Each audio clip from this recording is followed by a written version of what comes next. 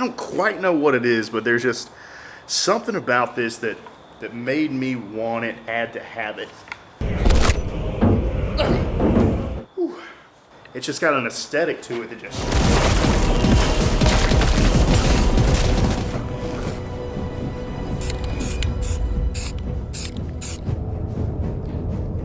What is your reward?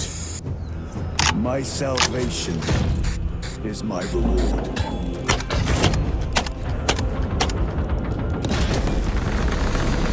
What is your craft? My craft is death. What is your pledge? My pledge is eternal service. What's up, guys? Weather is beautiful today, so we're out here in the backyard, and I just wanted to show you a little something. So I'm a bit of a Warhammer guy. I've painted my fair share of minis. My Armand is almost table ready, kind of a Thousand Suns guy. I'm about halfway through reading the Horus Heresy novels. I'm on like 20 or 21, something like that. Are they good? No. Is it sci-fi slop? Yes. And along those lines, I picked up Space Marine 2. I was playing it with the homies, and it is just a good time. Just heavy Space Marines, armor clad, bolters, stomping around, mashing Tyranids. It was very cool, and the vibes were great. And I don't want to live in that grimdark universe, because I'd be a servitor lighting candles or carrying an oil bucket, or I'd be a blood boy for a world eater or something like that. So I didn't want to do that, but I did want to bring a little bit of the universe outside to life. And I, around the same time, was on Palmetto State Armory's website, and Palmetto State Armory got me again. So they got me with this, which is a firearm. So this is a Rock Island Armory VRF 1.4. It's that 14-inch firearm, overall length, funny business, kind of like the Shockwaves, but it's the similar vibe. So this is not an SBS or anything kooky like that. It is just a firearm. It does fire 12 gauge mass reactive slugs, and it's kind of a hoot. It's kind of fun. Is this a good firearm?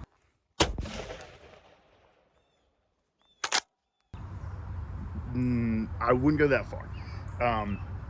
It's only got about 250 rounds through it, and the first about 75 or 90 rounds were absolutely unreliable. I'm talking 5-10% reliability.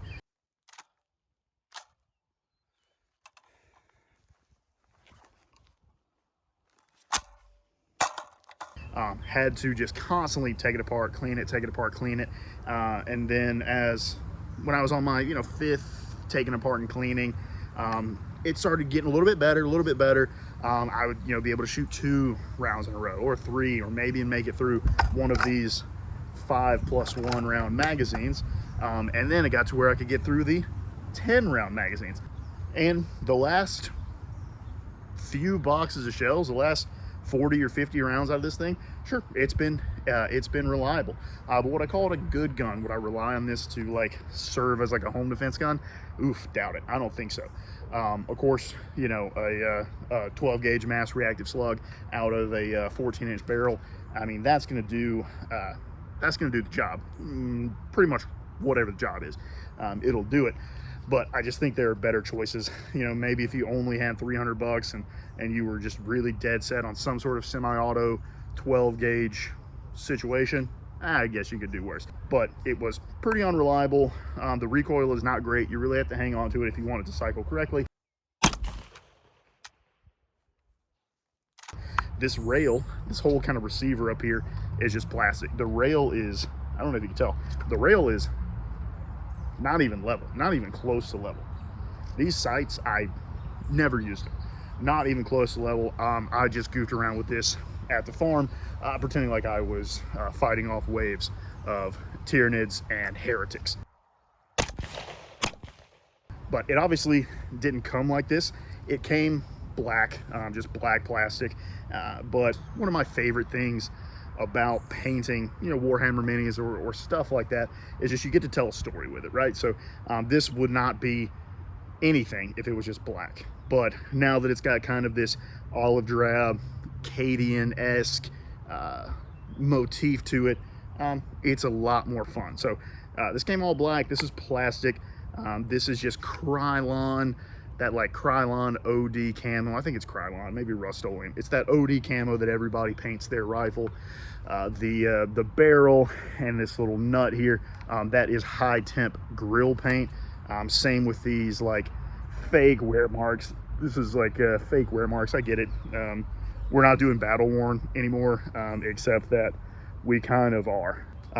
Wings and skulls, pretty popular iconography for the Warhammer universe. This is just like, I think these are supposed to go in like a Harley Davidson biker jacket or something like that. And then a little bit of green hockey tape to kind of gussy it up, give it a little bit of attitude, and there we go. So am I gonna do anything with this? No, probably not. Am I ever gonna shoot it again? No, probably not.